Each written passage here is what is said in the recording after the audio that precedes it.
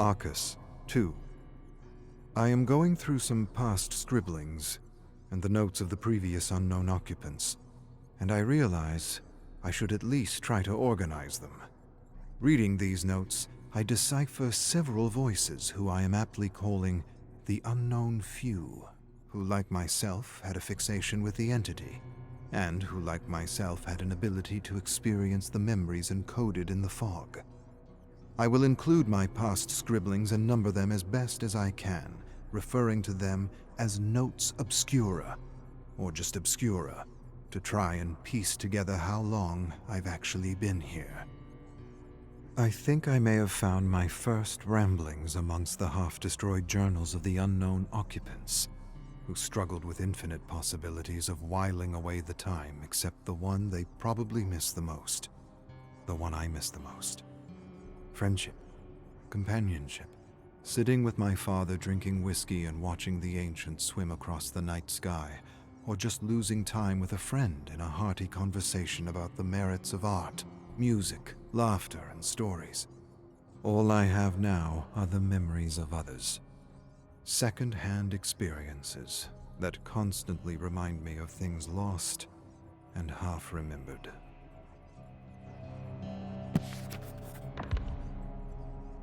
Obscura, unknown prisoners. I've found scattered about this tower countless journals from previous occupants. Occupants might not be the best way to describe them. Prisoners would be more fitting. 8 or 9 of them from the distinct voices I deciphered in the manifold journals I read with surprising interest and alacrity. Some of these unknown prisoners shared my unusual penchant for beer, whiskey, and stories of the macabre. Others seemed to be raving lunatics, writing not journals but senseless notes. Notes from the absurd, I call them. Strange musings and endless contradictions about places and characters observed and consciously or unconsciously improperly described. These notes from the absurd seem to start with unintelligible gibberish. They are quite different from anything I've seen or read, as though written by someone driven by madness or some other motive to undermine any attempt to make sense of this world.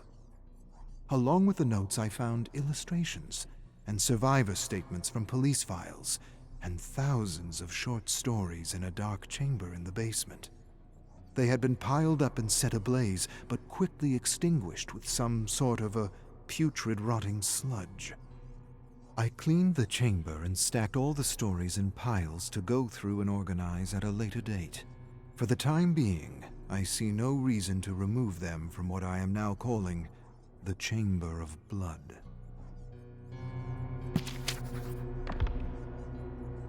Chamber of Blood, Survivor Statement, Falls City Police Department, August 7th, 2011. Sean Dint. I was listening to a podcast of creepy stories with my friends, Adrian, Mia, Tina, and Bill. I can't remember which one of us figured out how to do it, but we realized that the stories were codes to pass on coordinates of locations of interest for some group or cult or whatever. We decoded a few other stories and came to the conclusion that these people were sending encrypted locations of places where they believed there would be ghosts.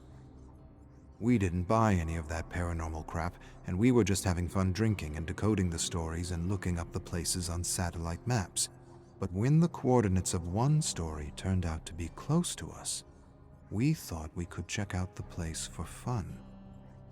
Adrian rented a car and we headed up to what was left of the crumbling asylum. There was nothing but overgrown ruins, but I remember this unnatural black fog, and it was like we were at the asylum but some other version of it. It was really strange. And that's when we saw this thing, this giant samurai with a demon mask lurking about as though it had stepped out of one world and into another. He killed Mia first. I don't remember what happened exactly, I just saw. I saw her head thump and tumble across the ground. I don't remember much. I remember crawling out of the fog and that demon or apparition or whatever that thing was couldn't follow me, like it was blocked by something invisible. Not long after, a man who called himself Hans and who identified himself as a detective arrived and asked me questions about what I had seen. He took some notes and seemed a bit strange. Then when he heard the sirens approaching, he disappeared, just like that. When the police arrived, the fog was gone, leaving only the hacked remains of my friends.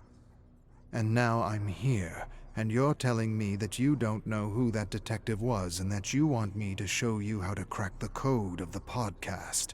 But I can't because I don't know. That was my buddy Tina, and she's hacked to pieces, you assholes. Chamber of Blood. Notes from the Absurd. Emperor Dwight. Ha! Bubblegum tuna on Tuesday.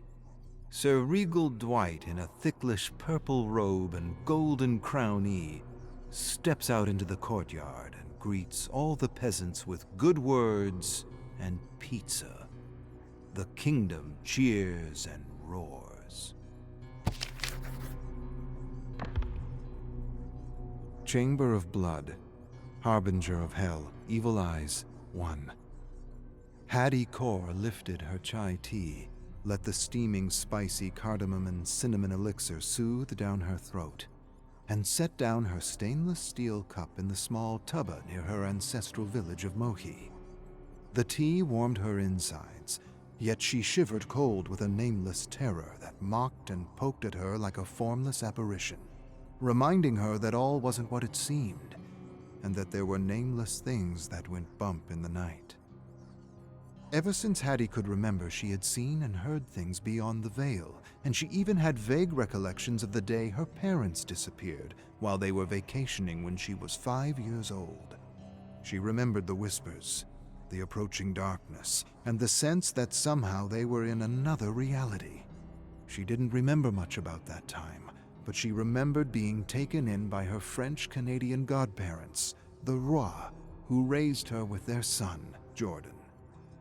Now Hattie and her older stepbrother Jordan were in India, filming episodes for their fairly successful web series, Harbinger of Hell, with their uncle Stefan.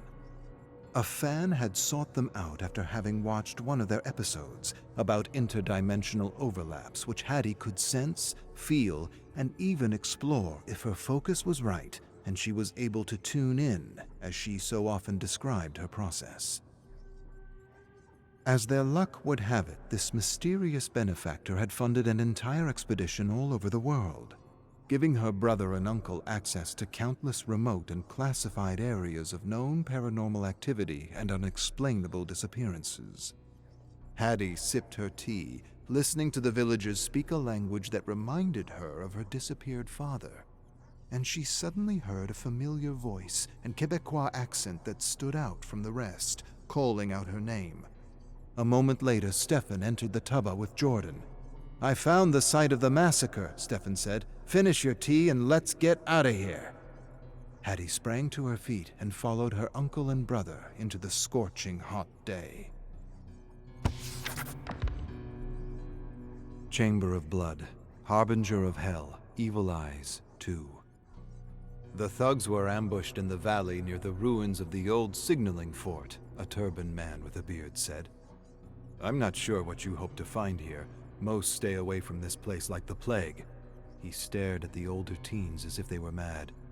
"You should have returned to the hotel like your uncle. Nothing here but the eyes, and they're probably watching us right now." Hattie and Jordan didn't answer, or want to explain that their uncle didn't have the stomach for adventure, that he was more of a producer and that he was trying to finish off a horror novel he'd been working on for the last 10 years. Ignoring the guide's nervous ramblings, Hattie studied the white stone bricks of the ruined fort and the surrounding caves, with a strange feeling that they were being watched. The guide said, "The official story is a unit of British soldiers died fighting a band of thuggies." "And the unofficial story?" Hattie turned to him. The guide stared at her for a long moment. "The unofficial story is they turned their rifles and swords against each other. Something in these caves drove them mad." Hattie absorbed this and closed her eyes, while Jordan filmed the ruins and the caves. Calming her heart and silencing her mind, she began to hear the rising screams and cries of people being butchered. When she opened her eyes again, she could see the scintillating orange residual memories of British soldiers cutting down thuggy rebels. One thug seemed to be holding something important in his hands as he escaped the massacre.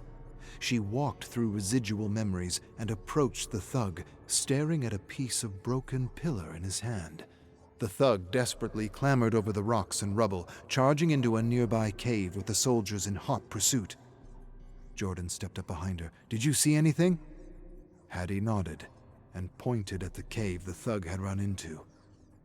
The guide raised his eyebrows. "And that's my cue to go," he said, turning his back on the siblings. "Not that I think you're both crazy, which I do, but I need to get home before my wife realizes I'm gone. It's my day to make rotis and pick up the kids from school." Hattie and Jordan watched the guide disappear down the rocky, sun-baked valley. Then they turned and approached the gaping mouth of the cave. For a long moment they stared into the darkness without saying a word. Jordan turned on the flashlight of his cell phone, and just as they prepared to enter, they heard the crunch of stone behind them. Brother and sister turned slowly to face the barrel of a rifle.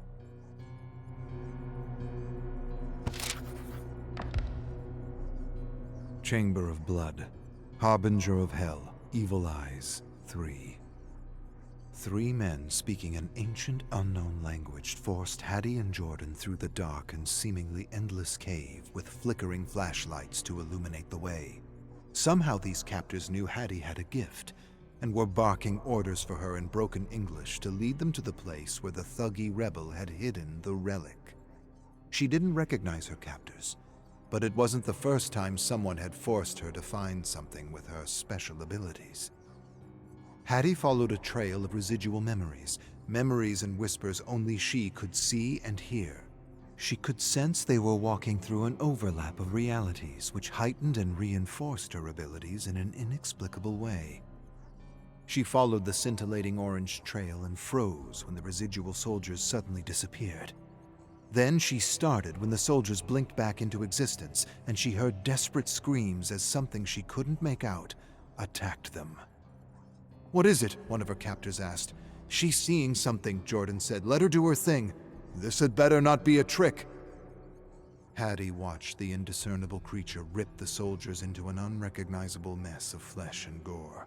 The creature then snatched the thug and dragged him screaming through a series of interconnecting tunnels. She chased after the fading memory, entering a small cavern as she watched the thug release the relic as the creature dragged him into a smaller tunnel that she imagined led to a feeding den. Memories burned out like dying embers to reveal a cavern of human bones piled over thick, rotting sludge.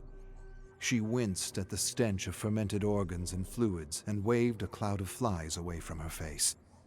Near one pile of bones was a corpse, still warm, flayed from head to toe, eyes missing, mouth transfixed in an agonizing scream. The captors stared at the corpse for a long moment before one prodded Hattie with the barrel of his rifle. "What the hell did this?" one of their captors murmured in disbelief. "There must be a bend in reality here," another captor offered as an explanation. Hattie noted that what she called an overlap, these men called a bend. It was clear that they had an understanding of other dimensions, and that somehow this piece of column was more than just a relic. "Where is it?" the leader prodded Hattie. "Where's the relic?" Hattie took a moment, then pointed at a pile of bones. "But it could also be in there." She motioned toward the tunnel that led to the feeding den. "Check the bones," one captor ordered the siblings. Jordan and Hattie kneeled in the sticky sludge and rummaged through the bones as the leader turned toward the shadowy tunnel. He inched close to the opening and flashed a blade of light inside. While the other two captors were dealing with flies and covering their noses, Hattie found the jagged piece of column and stealthily slid it over to Jordan. A sudden chatter of teeth and hissing made them all turn to the leader. He searched the darkness with a beam of light that suddenly, momentarily revealed a grotesque creature with a face covered by dozens, if not hundreds, of glowing red eyes. The leader brought the beam back to his face as the creature hissed and revealed a mouth filled with needle-like teeth. An instant later, the creature grabbed the flashlight and pulled the leader inside the den. The other captors stumbled, dropped things, and fired stupidly into the darkness. Hattie instantly grabbed a fallen flashlight, looked at her brother with wide, desperate eyes, and yelled for him to run!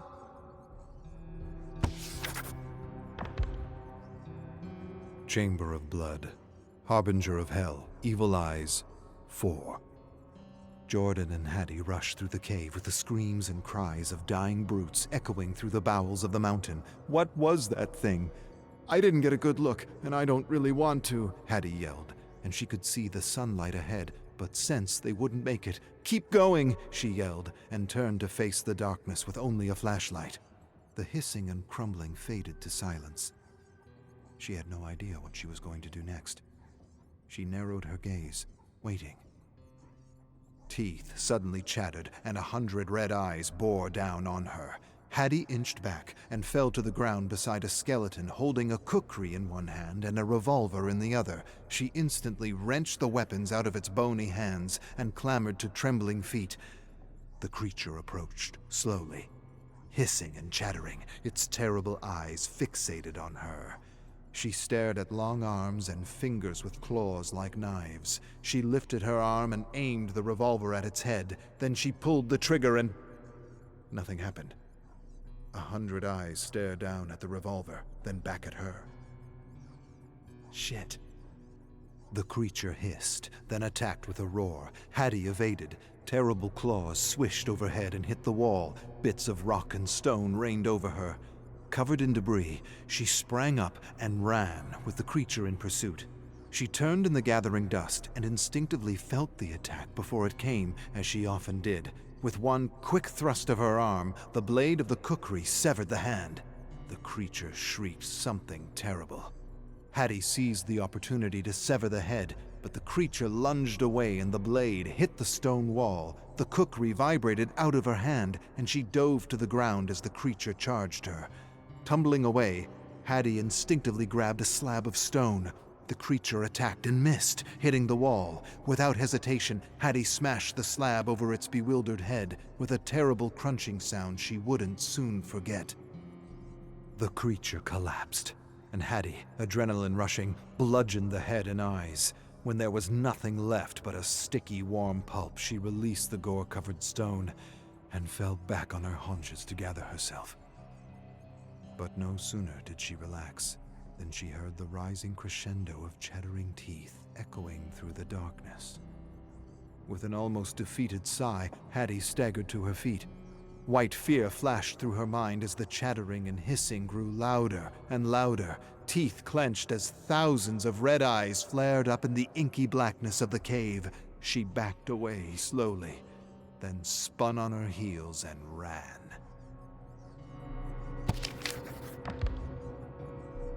Chamber of Blood, Harbinger of Hell, Evil Eyes, 5. Hattie charged toward the mouth of the cave with millions of eyes and chattering teeth on her heels. She felt the swipes at her back, but never wavered. She vaulted wildly out of the mouth just as one creature lunged at her. Hattie tumbled out of the cave as the creature hit an invisible barrier where the overlap of dimensions ended. She turned to see the dark mouth of the cave fill with scathing red eyes. Jordan stepped up behind her. "Helly Hattie does it again," he said with a laugh. Hattie gave her brother a dirty look. "Don't call me that," she said curtly. Even though he had meant no harm, it was a name along with the Harbinger of Hell children used to call her because bad luck, strange things, and unexplainable accidents seemed to follow her. Years of therapy gave her the courage to accept her abilities and to boldly call her series the Harbinger of Hell. Exhausted, Hattie sat on a sun-baked stone and watched the red eyes slowly disappear from the gloom of the cave. "Did you catch the creature on your shirt cam?" Jordan shook his head as he sat beside her. She didn't think he would, as creatures or relics from other worlds didn't register and often left blurs or glitches. Jordan sighed and handed over the relic they had recovered. "What do you make of it?" Hattie held it and felt great misery. In her mind's eye, she saw cloaked figures hiding pieces of the same pillar in another world. She shrugged and kept what she had seen to herself. Then she pulled out her cell phone and handed it to Jordan. He centered her in the frame and indicated he was filming. Hattie cleared her throat, mopped her forehead of sweat and soot, looked into the lens, and proceeded to address her online followers. "My name is Hattie, and I was born with a wonderful curse. All my life I've attracted strange and unusual things, and when I was 12, I realized I was able to acquire insight to unexplainable events and otherworldly places." She took a moment to calm her racing heart. She swallowed her fear, remembered she had a series to sell, and forced energy and pep into her voice. "What do you need to know about India? It's where my father grew up, and it's where I am today to explore the urban legends of this amazing country." Hattie took a moment to find her words. "Our adventure begins in northern India, at a strange place locals call the Eyes, or the Valley of Evil Eyes, where hundreds have disappeared or died, including a unit of British soldiers in the 1800s. What happened to these soldiers? Where did they disappear to? And is there any merit to the accounts of a cave-dwelling demon with eyes around its head that burn right through the soul?" Hattie stared meditatively into the camera and wanted to say yes to every one of her questions, but decided it was better to leave them up to interpretation. After a dramatic pause, she finished. "Take a look at what we discovered. Judge the evidence for yourself, and see if there is any truth to the evil eyes of the Himalayas."